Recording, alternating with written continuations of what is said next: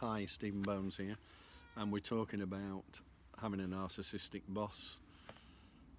And when I first got involved with this guy, I didn't realise what I was getting involved with. You see, I was so excited, I was young, I was fired up, I wanted to succeed in life, and this was in an industry I understood.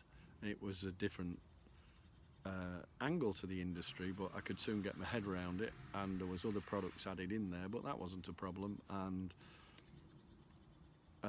we developed and grew the business. And in the early days, the first 3 years, we never had a holiday, and income wasn't particularly good at that time. But after that 3 years, then I suppose he timed it, knowing full well that I'd start to get a bit demotivated, and he put a lump in there, and we could certainly afford it because the company was doing really well at that time. I think we're up to a good 1.5 million sales, pushing 2, and we got a team, and we were really profitable.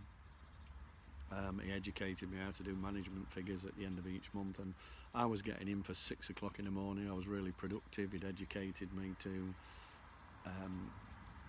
do all the non-productive stuff like costing quotes up and things like that, seeing manufacturers, sales reps before 6 o'clock or after, before 9 o'clock or after 5, so that as soon as that bell went at 9 o'clock, like on the stock market floor, I was hitting the ground running and putting on sales, and making sure the team were putting on sales, and making sure we were just productive, which was a real good way of doing it.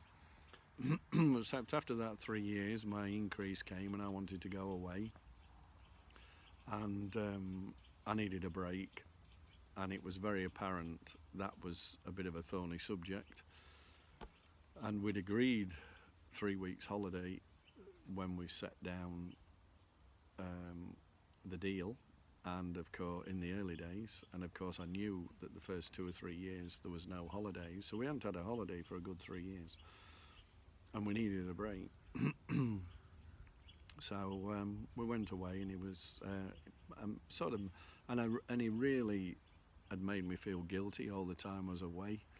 It even got me to put a notepad but on a table where in the hotel, in the room, so that when any ideas came to me, write them down. And this is all good stuff, but you know, sometimes you just need a break, and when you're full on, you need time to separate yourself, because your creativity, and I understand all this now, your creativity goes. So I think it's very important that we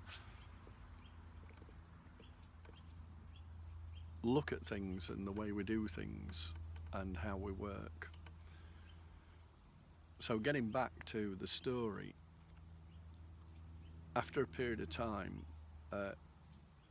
he bought himself a place abroad, and then all of a sudden the energy shifted. It was all right for me to go away for a week, because he was going away for 2 or 3 weeks at a time golfing, and it was all right for me to go away for a week. And but it was a week and no more. I couldn't go for 2, and it was controlled. And you know what I worked out was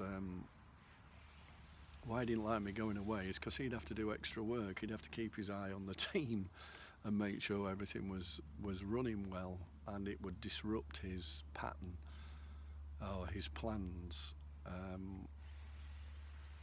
So going on from there, I started to really, I think round about year 6, 7, I started to realise that my usefulness was over. The business was doing 3+ million turnover. We'd taken another company over. We got a bit of a team in. He brought his son-in-law in, and all of a sudden, then I felt as though I wasn't needed anymore, and I wasn't treated particularly, in my mind, particularly well.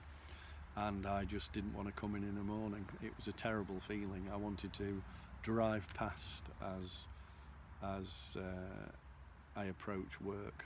So yeah, in that environment, not particularly good. I just wanted to share that with you, and if you would do me a favour and subscribe or share this with other people, I'd really appreciate it.